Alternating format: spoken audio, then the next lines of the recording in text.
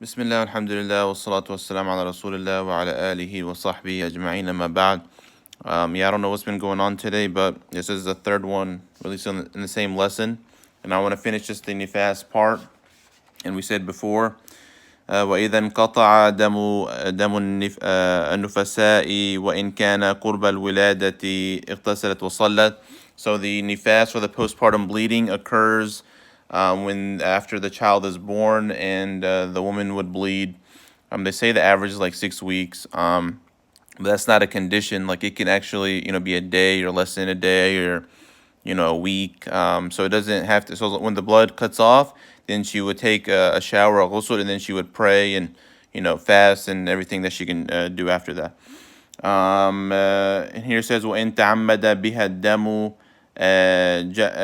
جَلَسَتْ ستين ليلة ثم اغتسلت. So here the author is showing us the mashhur of the madhab, which is that the max time period of the nifas, the postpartum bleeding, is 60 days.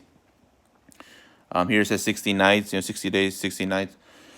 ثم اغتسلت. So after 60 days, then it's going to be istihada, right? Istihada after 60 days, and that's the mashhur of the Maliki school, 60. And that's the mashhur of the Shafi'i school as well. The Hanbalis and Hanafis and others, they went with 40 days. And that's like of the most authentic proofs to, I believe, Salama radiallahu anha, that the women of Nifas used to sit for 40 days during the time of the Prophet ﷺ, and it's in the Sunan. And this is actually a narration in the madhab, in the Maliki school. There exists the 40 days. But yeah, here the mashhur though is 60. So anything over 60 is going to be istihada. And then if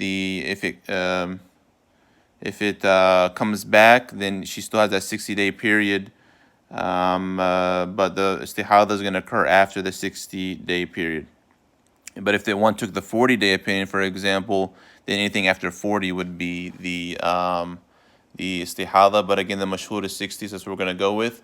And also note that, the doctors and others say that, that the woman goes like 6 weeks, right? But, yeah, so here, we have the fiqh wise, which is the 40 and the 60, and the Malikis, they go with 60 days being the max period, and there's no minimum amount of the nifas, as in it could be, minutes, hours, days. If it cuts off, then it cuts off. Then she would take a shower, and she would pray, and she would fast.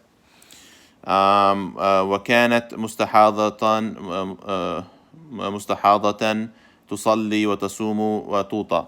Yeah, so if she's after her nifas is done, just like after the period is done, then she would take a shower, and she could fast, she can pray, and she can have intercourse with her husband, and other things that she can do, like go to the masjid, touch the mushaf, do tawaf, and so pretty much her state of impurity is gone. So after she takes a shower, she can do everything that she used to do. So again, I'm going to end with that the 3 types of blood that come out of the woman is going to be hayd, which is period, nifas, postpartum bleeding, and istihada.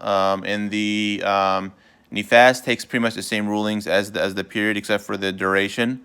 And the istihada is the irregular blood that we spoke about, and that it is once she's mustahada, then she can go back to doing her regular things as long as she took a shower. And it's mustahab to make wudu for every prayer, not obligatory in the mashhur, the Maliki school, contrary to the other 3 schools.